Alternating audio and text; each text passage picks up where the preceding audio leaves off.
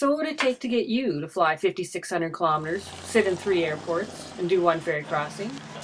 Great scenery and a chance to escape a Canadian winter? No doubt that's tempting, but how about the chance to visit a resort built on the premise that human comfort, environmental sensitivity, and responsible consumption are compatible? Not only that, but that they would build a better vacation. So Maho Bay on St. John, U.S. Virgin Island is such a place. So 30 years ago, Stanley Selengut, who's a civil engineer by trade and was a consultant to the Kennedy administration and the Rockefellers, decided you need a retirement project at the ripe old age of 44. So word got out on the island that there was this hardcore Manhattan developer building a resort, but the superintendent of the national parks, Robert Stanton, convinced Stanley that traditional construction was going to ruin the snorkeling that he so much loved on the island.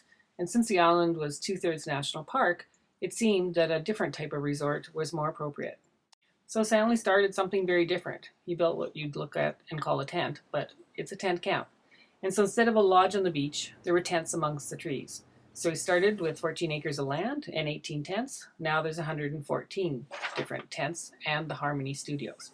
So the tents are built on stilts, and to get between tents, you use the walkways.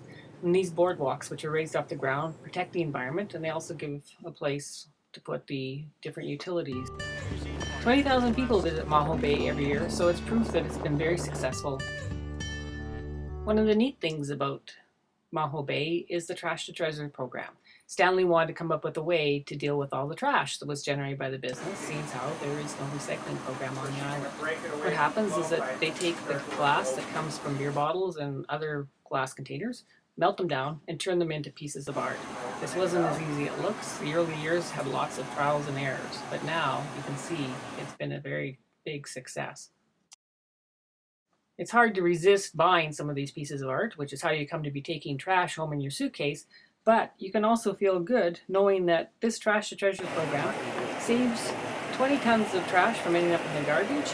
It melts 32,000 bottles each year, and it generates more than $200,000 a year, which helps pay for staff and power for the facility. So St. John, to a certain extent, is a victim of its own success. With over 1 million tourists coming every year, land is being gobbled up for development. So what used to cost $15,000 an acre in the 1980s now costs $8 million an acre, which is why you see these honking big houses. And unfortunately, looks like why Maho Bay will cease to exist next year, because they are unable to renew their lease as developers are trying to sell the land that they sit on for more of a profit, which is too sad. So what to do? Well, if you have 25 million laying around, maybe you could buy the land under Maho and save it. But if you're not in that category, the next best thing, I guess, is to get there and enjoy it before it's all gone. Because really, it is a very special, special place.